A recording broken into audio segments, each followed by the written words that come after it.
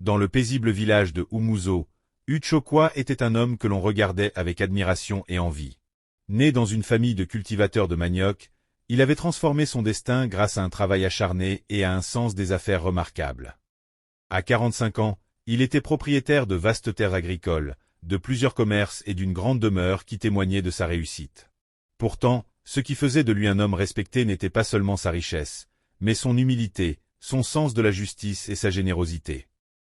Marié depuis 20 ans à Chiamaka, une femme d'une élégance discrète et d'une grande intelligence, Uche formait un couple admiré de tous. De leur union étaient nés 3 fils, Kelechi, Chidi et Nandi, âgés respectivement de 18, 15 et 10 ans. Ces garçons, bien éduqués et respectueux, représentaient la fierté d'Uche et de Chiamaka. Cependant, derrière cette façade parfaite se cachait une tension silencieuse. Arinze, le frère cadet d'Uche, vivait dans l'ombre de son aîné. Moins travailleur et moins chanceux, Arinze peinait à subvenir aux besoins de sa propre famille. La comparaison constante entre les 2 frères par les membres du village nourrissait en lui une rancœur dévorante. Chaque succès d'Uche était pour lui une humiliation personnelle. Arinze, rongé par l'envie, n'épargnait aucune occasion de dénigrer son frère en privé, mais en public, il affichait une façade amicale. Il rendait souvent visite à Uche, prétendant s'inquiéter pour sa santé ou vouloir s'inspirer de ses conseils. En réalité, il cherchait des failles dans l'harmonie de sa famille. Lors d'une de ses visites, Arinze remarqua une légère tension entre Uche et Chiamaka. Cette dispute banale portait sur un projet agricole qu'Uche souhaitait lancer sans en discuter au préalable avec sa femme. Bien qu'elle n'ait exprimé que des réserves raisonnables, Arinze y vit une opportunité.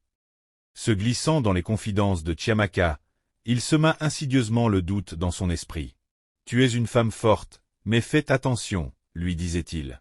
Parfois, les hommes riches oublient ceux qui les ont aidés à arriver là. Ces paroles, répétées de manière subtile, commencèrent à troubler Chiamaka.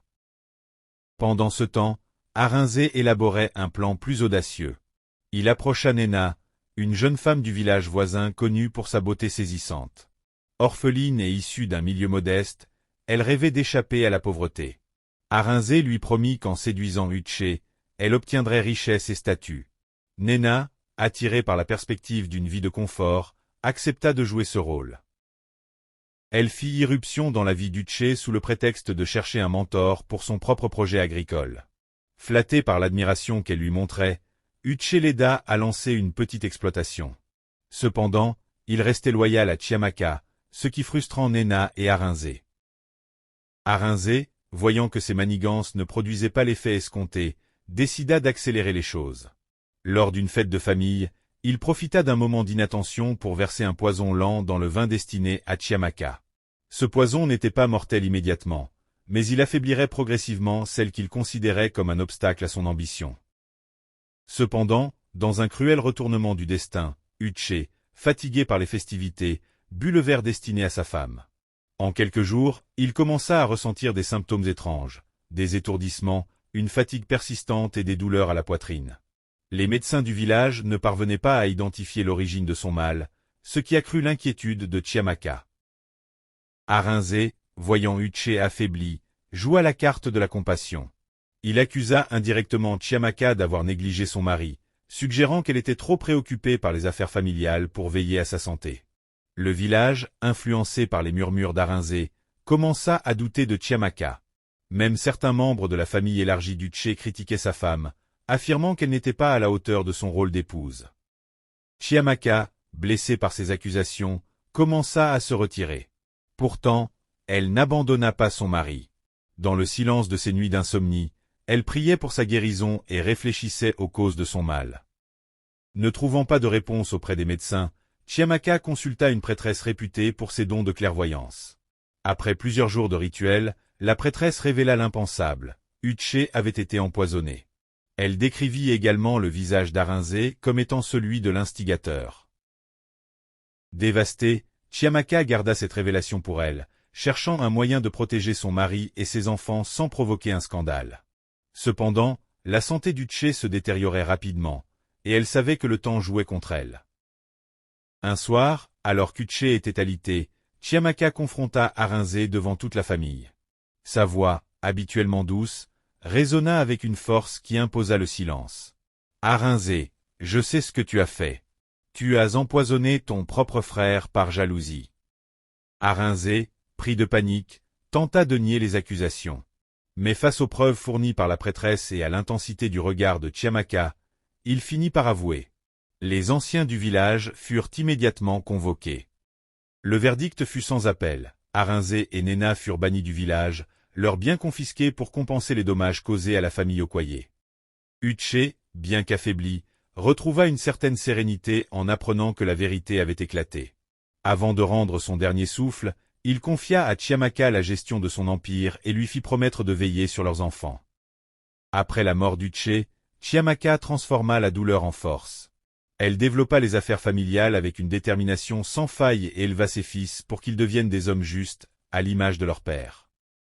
Quant à Arinze et Nena, ils vécurent dans l'exil, hantés par leurs actes. Leur sort devint une leçon pour le village, un rappel des dangers de la jalousie et de la trahison. Le départ d'Arinze et de Nena laissa une atmosphère lourde dans le village. La trahison d'un frère envers son propre sang devint un sujet de murmures et de réflexions amères pour les villageois. Mais pour Chiamaka, le silence n'était pas une option. Elle comprit rapidement que si elle ne contrôlait pas le récit, l'histoire des Okoye serait réduite à un scandale. Elle organisa une cérémonie en l'honneur d'Uche, un événement qui rassembla tout le village. Les hommes, les femmes, et même les enfants écoutèrent avec respect les paroles de Chiamaka lorsqu'elle prit la parole. Mon mari n'était pas seulement un homme de pouvoir et de richesse. Il était un homme de principe. Sa lumière a été éteinte trop tôt, mais son héritage vivra à travers ses enfants et ses actes. Ce discours fut un tournant. Les habitants retrouvèrent leur admiration pour les Okoye, mais aussi pour Chiamaka, qui s'affirmait comme une femme forte, capable de diriger malgré les épreuves. Cependant, la vie de Chiamaka ne devint pas plus facile. Les affaires familiales, bien que prospères, attiraient des opportunistes. Certains fournisseurs tentaient de profiter de la mort d'Uche pour imposer des prix injustes. D'autres commerçants répandaient des rumeurs, insinuant que Chiamaka n'était pas apte à gérer les entreprises. Pour se défendre, elle fit appel à un ancien ami de son mari, Emeka, un avocat respecté de la ville voisine. Emeka, connu pour sa droiture et son intelligence, devint son conseiller. Ensemble, ils réorganisèrent les contrats, modernisèrent les exploitations agricoles et diversifièrent les investissements. Chiamaka démontra qu'elle était bien plus qu'une veuve accablée, elle était une stratège redoutable. 5 ans passèrent. Sous la direction de Chiamaka, les affaires des Okoye prospérèrent au-delà de ce qu'Uche avait accompli. Ses fils, devenus de jeunes hommes, suivaient son exemple. Kelechi, l'aîné, s'impliquait dans les plantations, tandis que Chidi montrait un intérêt pour la politique locale. Nandi, le plus jeune, rêvait de devenir médecin pour aider son village. Un jour, alors que le soleil déclinait sur Umuzo, une silhouette fatiguée apparut à l'entrée du village. C'était Arinze. Méconnaissable, le visage marqué par les épreuves, il supplia les anciens de lui permettre de revenir. « J'ai commis des erreurs que je ne peux effacer, » dit-il d'une voix brisée. « Mais je veux expier mes fautes. Laissez-moi travailler pour la communauté, même si je dois vivre en marge. » Les anciens, hésitants, convoquèrent Chiamaka pour qu'elle prenne la décision finale. Lorsqu'elle le vit, elle sentit une vague de colère et de pitié mêlée. « Arinze, ton retour ne ramènera pas Uche. Mais je crois que chaque âme mérite une seconde chance, à condition qu'elle soit sincère. Si tu veux rester, tu travailleras dur, et tu ne troubleras pas la paix du village. » Arinze, fidèle à sa promesse, devint un homme changé. Il passait ses journées à cultiver les terres les plus ingrates du village, refusant toute aide. Peu à peu, certains villageois commencèrent à lui parler, intrigués par sa transformation. Il évitait cependant la famille Okoye, conscient que son pardon total nécessiterait plus que des mots ou des efforts. Un jour, une terrible épidémie frappa Umuzo. Les enfants furent les plus touchés, et les ressources médicales manquaient cruellement. Nandi, encore étudiant en médecine, se porta volontaire pour aider. Cependant, il contracta lui-même la maladie. Chiamaka, désespéré, veillait sur lui jour et nuit. C'est alors qu'Arinze fit preuve d'un courage inattendu.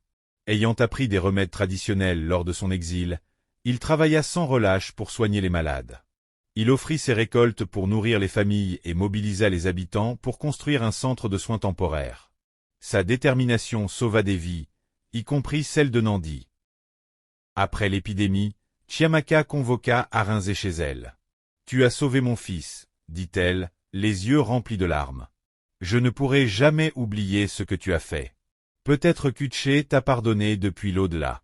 Peut-être est-il temps que moi aussi, je tourne la page. » Arinze, étant ému, s'inclina profondément. « Je ne mérite pas votre pardon, mais je le porterai comme un fardeau, pour honorer la mémoire de mon frère. » Avec le temps, le village d'Umuzo prospéra davantage. Les Okoye, bien que marqués par la tragédie, devinrent un symbole de résilience. Arinze, quant à lui, resta humble. Bien qu'il ne revendiquât jamais un rôle de leader, ses actions continuèrent d'avoir un impact positif sur le village. Sa quête de rédemption devint une légende, rappelant à tous que même dans l'obscurité la plus profonde, il est possible de trouver la lumière. Malgré la prospérité retrouvée, Chiamaka ressentait encore une lourdeur dans son cœur.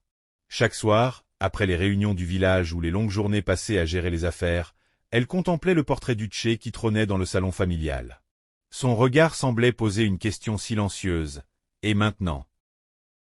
Ses enfants grandissaient vite, et chacun semblait tracer sa propre voie, mais la famille restait marquée par l'ombre de la trahison. Si Arinze avait prouvé sa bonne foi à travers ses actes, il demeurait une présence fragile, à la fois respectée et évitée. Même ses fils, bien qu'ils lui adressassent quelques mots polis, ne l'avaient pas totalement accepté. Une nuit, Chiamaka décida de consulter le prêtre du village, le vieux père Adim. « Pourquoi est-il si difficile de guérir, même lorsque nous croyons avoir pardonné ?» demanda-t-elle. Le vieil homme, sage et patient, lui répondit « Pardonner est une chose, mais oublier en est une autre. Le pardon ne signifie pas effacer la douleur, il signifie apprendre à avancer avec elle. Peut-être que la réponse que tu cherches viendra avec le temps. » Quelques mois plus tard, alors que la saison des récoltes battait son plein, Chiamaka reçut une lettre inattendue. Elle venait d'une femme vivant dans une ville voisine, se présentant comme Adaeze, la veuve d'un homme qu'Arinze avait autrefois trahi lors de ses affaires douteuses. Dans sa lettre, elle décrivait comment Arinze lui avait récemment envoyé une partie de ses récoltes et de l'argent, accompagnée d'une lettre d'excuse pour les torts qu'il avait causés à son défunt mari. « Je ne sais pas ce qu'a vécu votre beau-frère, mais je vois en lui un homme changé, » écrivait Adaeze. « Si son chemin de rédemption a commencé chez vous, alors vous êtes une femme plus forte et plus noble que je ne pourrais jamais espérer l'être. » Cette lettre émut profondément Chiamaka. Elle décida de convoquer une réunion familiale, la première depuis des années où Arinze serait présent. Le soir de la réunion, la tension était palpable. Kelechi, Chidi et Nandi, bien que respectueux, restaient méfiants envers leur oncle. Arinze, lui, paraissait plus vieux, ses cheveux grisonnants, mais son regard était empreint d'une sincérité rare. Chiamaka prit la parole. Nous avons tous souffert de la perte d'Uché. Mais cette douleur ne doit pas définir qui nous sommes. Arinze a commis des erreurs, mais il a aussi fait preuve de courage pour les réparer.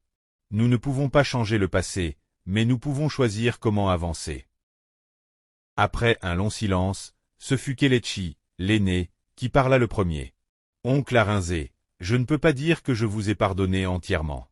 Mais je vois les efforts que vous faites. Peut-être qu'avec le temps, nous pourrons reconstruire quelque chose. » Chidi hocha la tête en signe d'approbation, et même le jeune Nandi, connu pour son franc-parler, murmura « Papa aurait voulu que nous trouvions un moyen de rester une famille. » Ce fut un moment chargé d'émotions. Bien qu'aucune accolade ne soit échangée ce soir-là, un pas important avait été fait vers la réconciliation. Quelques mois plus tard, le village célébra le festival annuel de la moisson. Cette année, Chiamaka proposa une idée inhabituelle, organiser un événement pour les familles qui avaient besoin d'aide, avec des repas gratuits et des dons de récolte.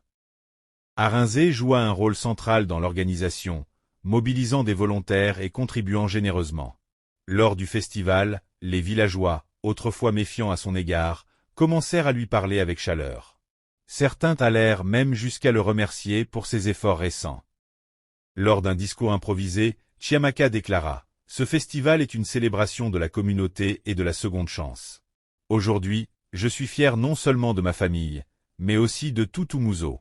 Ensemble, nous avons prouvé que, même face à l'adversité, nous pouvons prospérer. Son discours fut accueilli par des applaudissements nourris, mais ce furent les regards de ses fils et d'Arinzé qui la touchèrent le plus. Pour la première fois, elle sentit que l'unité des Okoye, bien que différente de ce qu'elle avait imaginé, était en train de se reconstruire. Avec le temps, les enfants des Okoye commencèrent à jouer un rôle plus actif dans le village. Kelechi introduisit des techniques agricoles modernes, transformant les plantations en une entreprise florissante. Chidi, devenu un politicien respecté, se battait pour améliorer les infrastructures rurales. Nandi, après ses études, ouvrit une clinique dans le village, aidant les plus démunis. Quant à Chiamaka, elle trouva un nouveau but dans l'écriture. Son premier livre, racontant les épreuves et les triomphes des Okoye, devint un succès. À travers ses écrits, elle inspira d'autres familles à trouver la force de surmonter leurs propres drames.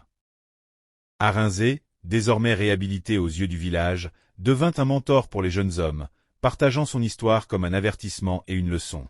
Sa transformation resta un symbole de la capacité de l'homme à changer, même face à ses pires erreurs. Des années plus tard, alors que Chiamaka contemplait ses petits-enfants jouer dans la cour, elle sentit enfin un apaisement profond. La douleur de la perte du Tché ne s'était jamais totalement effacée, mais elle avait trouvé un moyen de transformer cette douleur en quelque chose de beau, un héritage de résilience, de pardon et d'unité. Et ainsi, la famille Okoye devint une légende vivante, une preuve que même les blessures les plus profondes peuvent cicatriser avec le temps, l'effort et un cœur ouvert. Dis-nous dans les commentaires comment tu as trouvé l'histoire et n'hésite pas à regarder les autres histoires de la chaîne qui pourront te plaire. À très bientôt!